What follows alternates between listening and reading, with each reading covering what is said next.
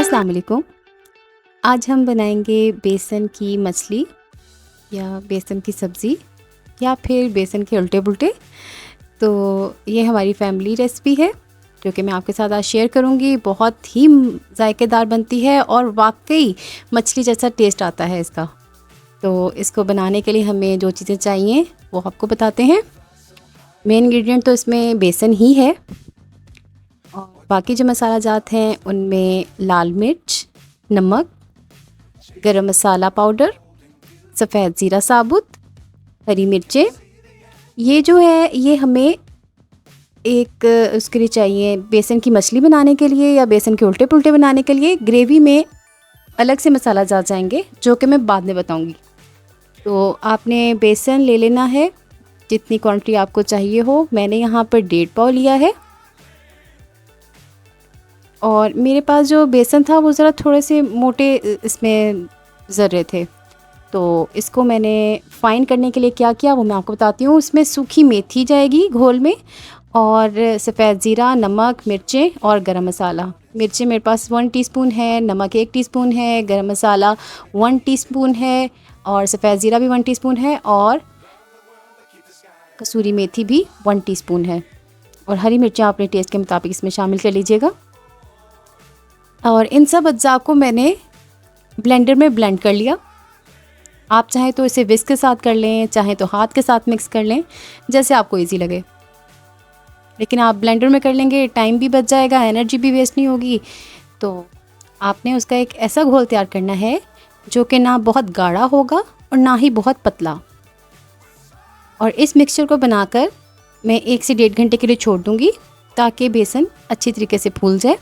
और अगर उसके बाद भी आपको लगे कि ये थिक हो गया है, आपको सही कंसिस्टेंसी नहीं मिल रही, तो आप उसमें थोड़ा सा पानी मिक्स करके इसका अच्छा सा घोल तैयार कीजिएगा जो कि ना ज़्यादा पतला होगा और ना ही ज़्यादा मोटा। जैसे मैं आपके सामने दिखा रही हूँ इतनी आपने कंसिस्टेंसी रखनी है।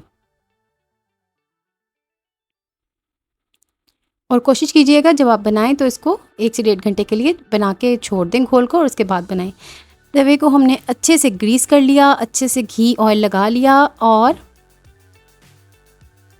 1 चम्मच बेसन, जितना आप उसे कंट्रोल कर सकें उतना हमने डालना है। पैनकेक की तरह इसको फैला देना है। और आज की रेसिपी में ये मेरी अम्मी यानी कि अम्मी रशीदा बजाते खुद बना के आपके सामने दिखा रही हैं, क्योंकि एक्सपर्ट ज़रा घरेलू डिशेस जो फैमिली की जो मशहूर डिश होती है वो ज़्यादा अच्छे बेहतर तरीके से बना लेते हैं। तो आपने देखा इसका हमने फैला लिया था और फैलाने के बाद हमने इसको ऊपरी सतह को अच्छे तरीके से यानी कि पकने नहीं दिया था, उसको फोल्ड कर दिया ताकि आपस में चिपक सके। और इसको मीडियम लो फ्लेम पे ही सेकेंगे ताकि इसका कच्चापन अच्छे से दूर हो जाए और ये बिल्कुल भी कच्चा नहीं रहेगा। तवे को हम अच्छे से ग्रीस करेंगे, चाहे वो नॉन स्टिक हो चाहे वो लोहे का हो। लोहे पे ज़रा ज़्यादा घी ऑयल चला जाएगा बनिस्बत नॉन स्टिक के। तो उसको हम अच्छे से ग्रीस करेंगे, बेसन का घोल डालेंगे, उसको स्प्रेड कर देंगे। स्प्रेड करने के लिए आप गत्ता ले लें, कोई अच्छा सा सॉलिड या कोई भी आपको जो स्पैचुला वगैरह जिससे आप अच्छे तरीके से इसको स्प्रेड कर सकें।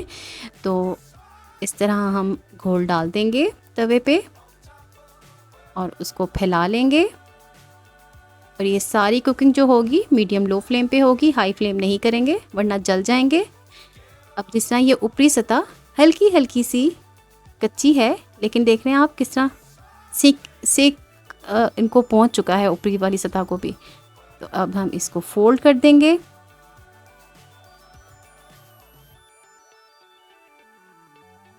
फुली कुक नहीं किया ऊपर की सतह को, जिस साइड से हम इसको फोल्ड कर रहे हैं। और ये बेसन की मछली तैयार हो गई। इसको अच्छे से सेकेंगे। तो मैंने कहा चलें व्यूअर्स को मैं भी एक बना कर दिखाती हूँ।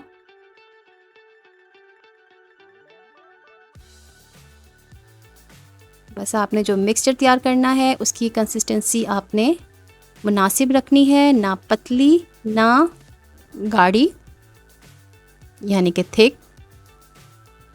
और उसको फ़ौरन से हमने फ़ोल्ड कर देना है। जब आप 1-2 बार बना लेंगे तो आपको भी महारत आ जाएगी।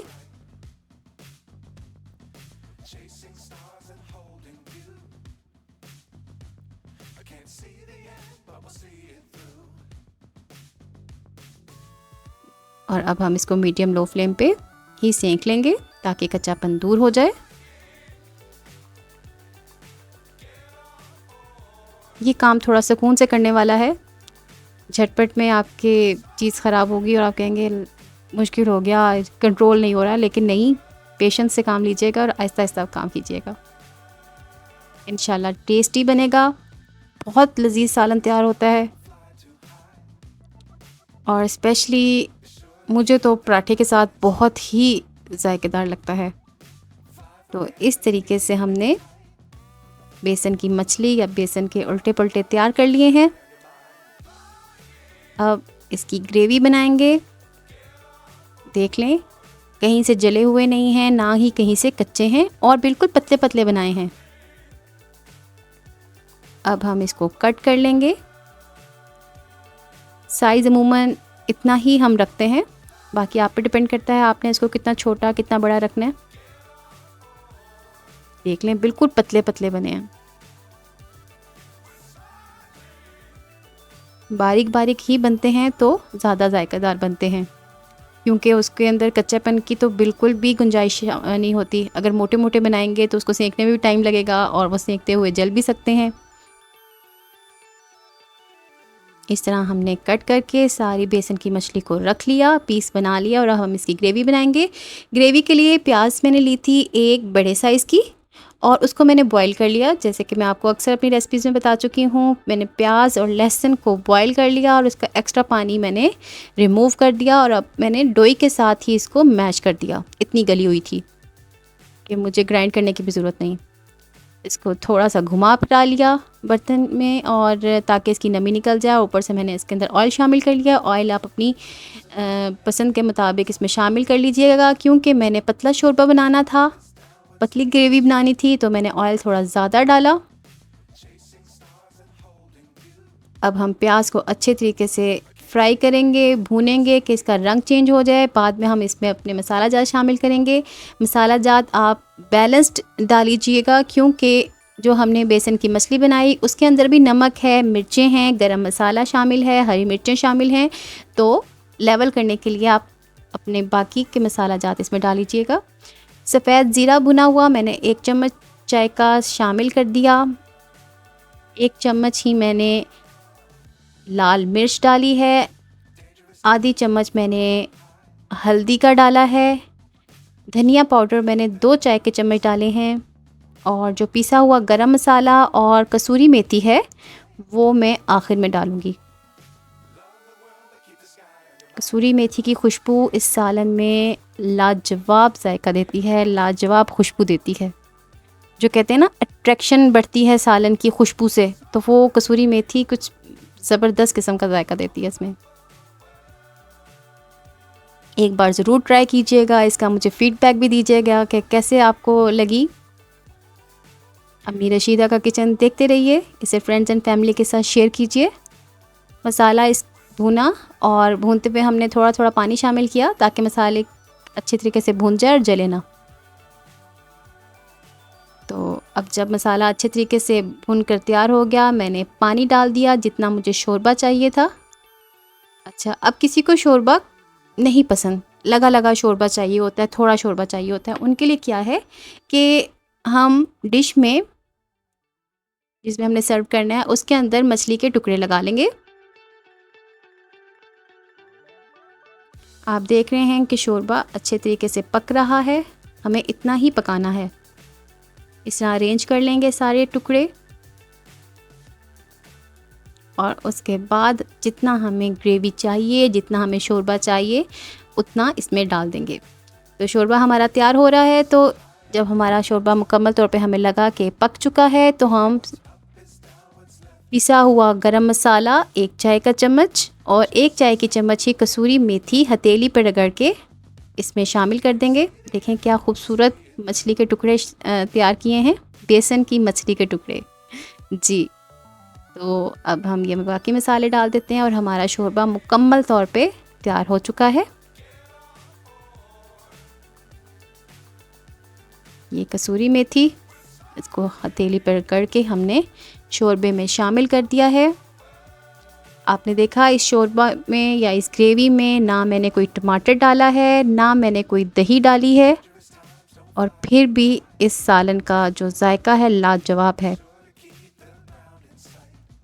जिसे कहते हैं ना चटपटा, तो जी ये बिल्कुल चटपटा ही तैयार होगा। ओरिजिनल फ्लेवर्स हैं बिल्कुल इसके अंदर। तो जितनी मुझे ग्रेवी चाहिए थी उतनी मैंने इसमें डाल दी, और बाकी के जो मछली के पीसेस हैं वो मैं शोरबे में शामिल कर दूंगी, क्योंकि मेरे अब्बू को ज़्यादा शोरबा नहीं पसंद। इस तरह आपके घर में भी कुछ बच्चे या लोग होंगे जिनको नहीं पसंद होगा, तो उनके लिए आप ऐसे सर्व कर दें।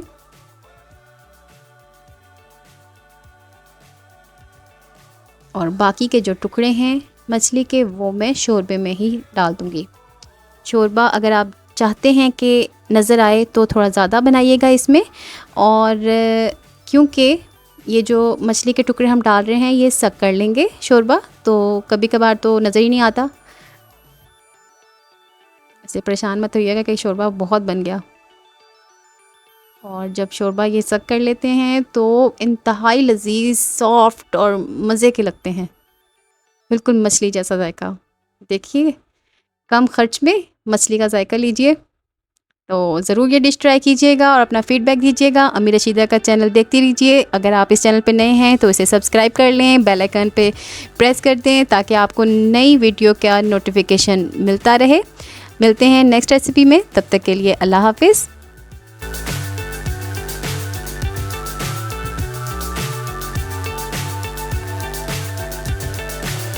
So high, I'm hypnotized.